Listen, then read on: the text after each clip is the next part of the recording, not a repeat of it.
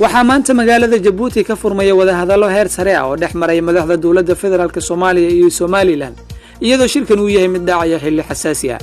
madaxda shirka la isugu keenay dalalka dariska iyo dawladda Mareykanka oo shirkan ka dambaysa waxay cadeynayeen in awood weyn la geliyay in la isugu keeno dadka taladu ka go'do ee labada dhinac ay saameynta leh. laakiin shirka oo fursad weyn noqonaya haddii heshiis lagu gaaro waxaa halis ku ah 3 qodob oo fashilin kara. 1. dawladda Mareykanka macada waxa Mareykanku ka damacsan yahay wada hadal dadaalka badan ee uu geliyay waxaana diblomaasiyadiisa geeska Afrika ay ahayd muddo dheer mid aan miro dhal ahayn taasoo ugu wacantay inuu arrimaha Soomaaliya u soo maro Itoobiya oo dano gaar kale Soomaalida kala qaybsan taariikhda iyo faham qoto dheerna u lahayn xaaladaha geeska Afrika. 2.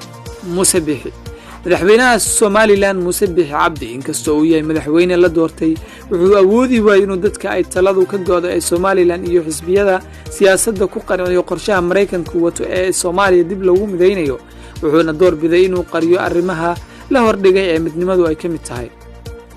Musabixi wuxuu madaxda xisbiyada mucaaradka ee ucid iyo wadani u sheegay inuu Mareykanku awood saaray oo shirka Jabuuti ku qasban yahay taasina waxa ku cad inuusan diyaar u ahayn ama ku dhici karin inuu galo heshiis soo hadal qaadaya midnimo. 3.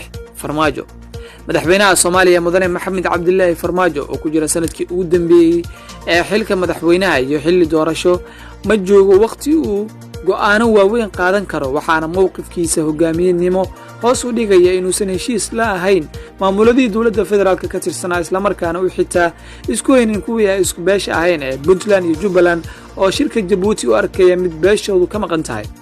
arrimahan oo dhan waxay shirkani weyn ka dhigayaan mid aysan labada dhinac u diyaar garoobin oo aanay cidna awoodin in la gaaro heshiiska laga doonayo waxayna aakhirka u eg tahay in arrimo hoos oo aan masiiri ahayn laga soo saari doono haddii aan lagu kala tagin.